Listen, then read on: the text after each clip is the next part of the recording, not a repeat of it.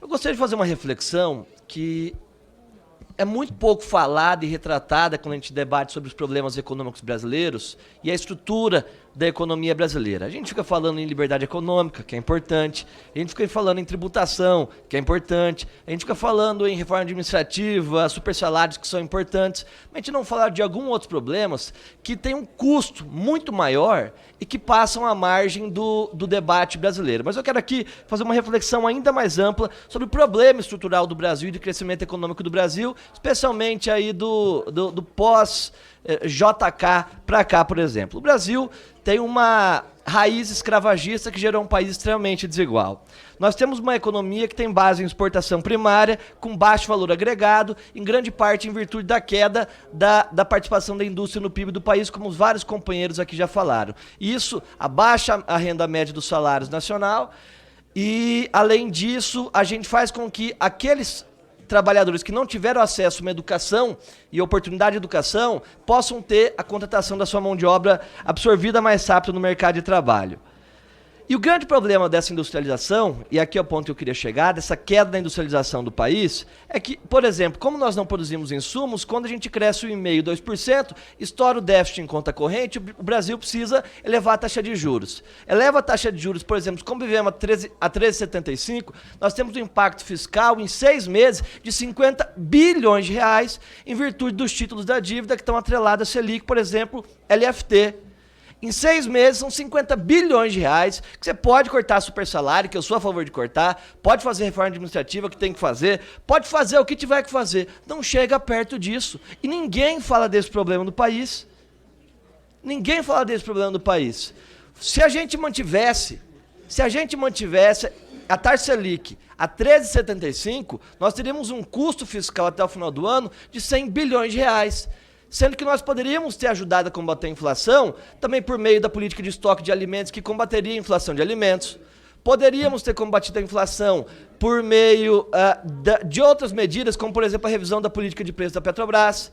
Porque o superávit fiscal, que é tão defendido pelos liberais, e legitimamente, porque o superávit fiscal é importante, mas ele tem que ser feito de maneira sustentável, ele tem que ser possível e viável todos os anos. Por exemplo, nos últimos 4 anos do governo passado, apenas um ano foi produzido superávit, que foi em 2022.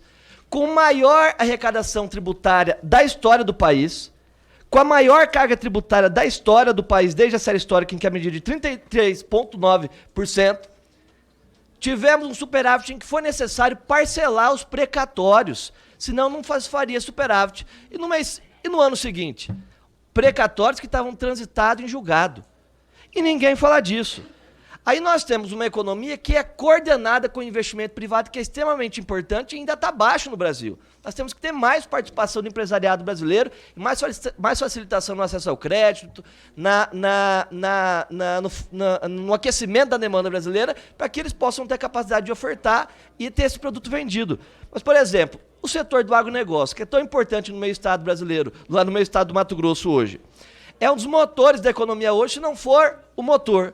Mas teve uma coordenação estatal lá atrás. É diferente de planejamento estatal ou de economia estatal. E dou aqui 3 exemplos. Primeiro, Lei Candir. Isentamos a contribuição de ICMS para exportações de produtos primários. Segundo ponto, criação do Plano Safra, que cria crédito subsidiado. Além disso, 2008, 2009, estourou a crise. Aonde se escoraram? No Estado brasileiro, que editou uma MP, presidente Lula, refinanciando 90 bilhões de reais. Isso é um problema? Na minha visão, não. É uma coordenação do Estado. O que tem que haver não é aumentar imposto. O que tem que haver é uma isonomia tributária. Todos têm que pagar de forma equânime e a gente atacar os problemas reais da economia brasileira.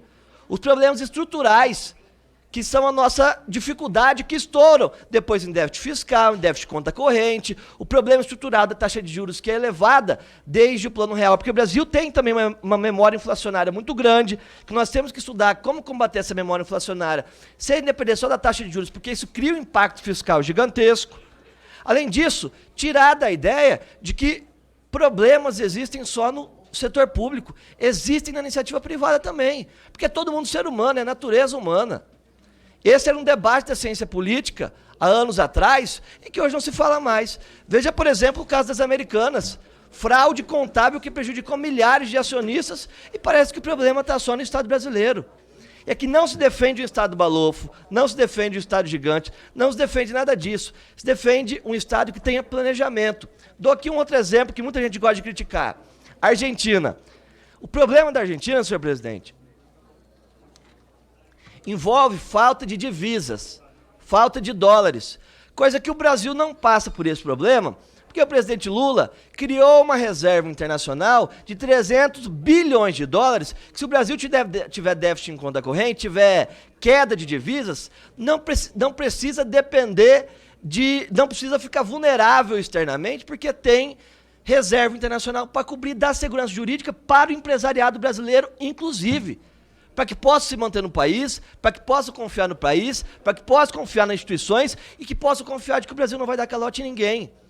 O debate acerca da elevação da carga tributária é importante, mas nos últimos 4 anos ninguém falou disso, quando, eu repito, houve a maior carga tributária da história. Repito, 33,9%. Ninguém falava disso. Um superávit maquiado. Ninguém falava disso. E era um governo liberal.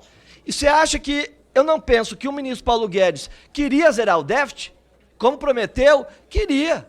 Mas não foi possível porque o problema e o buraco é muito mais embaixo. Nós temos a captura do Estado também por agentes privados que capturam agentes públicos, sejam autarquias, sejam parlamentares, sejam quem for. Influenciam nas decisões do poder público, o que promove um desequilíbrio nas relações comerciais, nas relações dentro do mercado privado. E tudo isso é o que tem que ser falado e não a gente ficar com caricaturas. Ah, porque o índice de liberdade econômica é X. Ah, porque o Brasil é um país que tem pouco abertura comercial. Tudo bem, temos que corrigir isso também. Agora, quanto vamos baixar de alíquota? Onde? Vamos fazer a taxação de offshores e fundos exclusivos, que não é uma taxação, é das apostas esportivas, que não é uma taxação, é a cobrança como todo mundo paga. E se tiver uma arrecadação tributária justa e equânime, a gente pode, inclusive, vir a debater, diminuir os impostos, por exemplo, sobre o empresariado brasileiro, garantindo uma maior margem de investimento.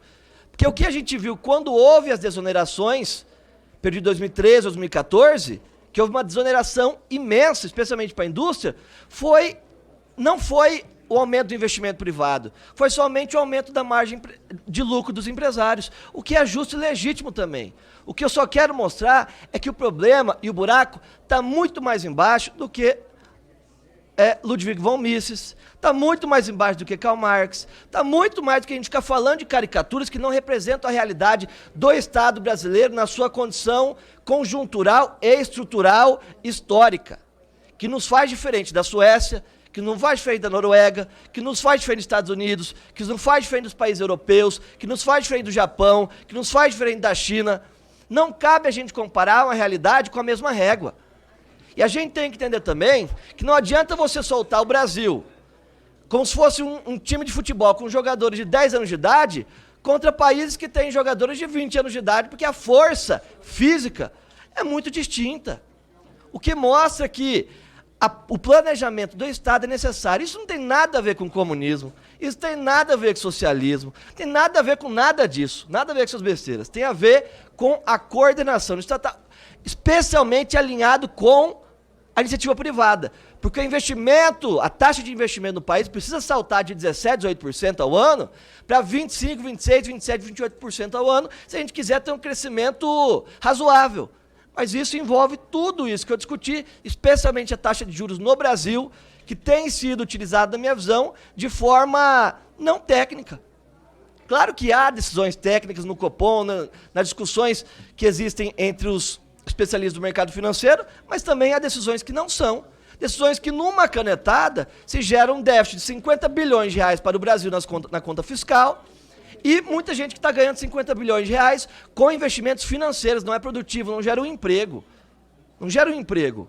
E é isso que eu gostaria de comentar aqui, senhor presidente, que eu acho que o buraco é muito mais embaixo, a reflexão no Brasil tem que ser feita de forma um pouco mais aprofundada, um pouco mais empírica, que a gente ficar debatendo questões ideológicas que não vão levar a lugar nenhum, e estão falando de abstrações, de imaginações mentais, que na minha cabeça eu tenho uma, o presidente na cabeça dele tem outra ideia, os meus assessores têm outra ideia, e os companheiros que têm aqui têm uma ideia completamente distinta. Então vamos tratar o Brasil com os problemas que ele tem, com as dificuldades que ele tem, sem demonizar o Estado, sem demonizar o empresariado, tem que demonizar ninguém. Temos que achar soluções de equivalência tributária, justiça tributária, para que assim a gente possa ter um desenvolvimento sustentável e que perdure ao longo dos anos. No mais é isso. Obrigado, senhor presidente.